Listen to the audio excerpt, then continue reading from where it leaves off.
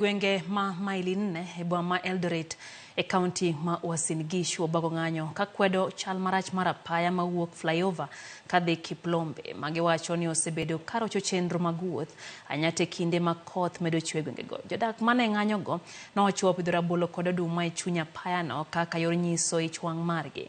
Giwacho ni gisebedo ka gichwalo kwayo margi togore mane Luanda e kinde ma MCAs magiwacho ni apaya no onge lai margi mar tich. Hakuna kitu ya kuchimba huko.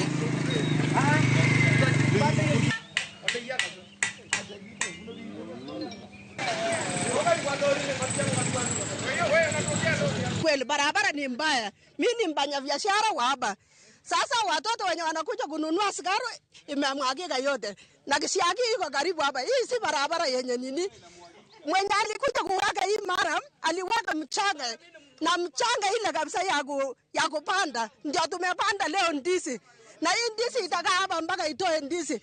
Kama hii barabara haitatengenezwa hatutatoa hii ndizi kwa sababu hii barabara ni shamba, si barabara. Pia very soon itakuwa city. Itakuwaje city na hapa ni matope. Kwa hivyo tunataka barabara kwanza itengenezwe, na mimi naongea siongei kama mimi ni Gen Z. Sisi hatuna maneno ya Gen Z hapa. Sisi kama tunatengenezewa barabara wanakuja wanachimba barabara hadi hauli, wanaweka mchanga state of Maram. Ikiwa ni wakati sisi tunajaribu kuendesha magari yetu, shocks zimeisha, hata wenye magari sio pikipiki peke yao hawatembelei katika hii barabara. Siku ya leo tumeamua kwamba tunataka tujue hii barabara ni ya nani. Hii barabara ni ya county, ni ya Kera ama ni nani? Sababu tunaambiwa ni MP. Wewe Broso uko wapi?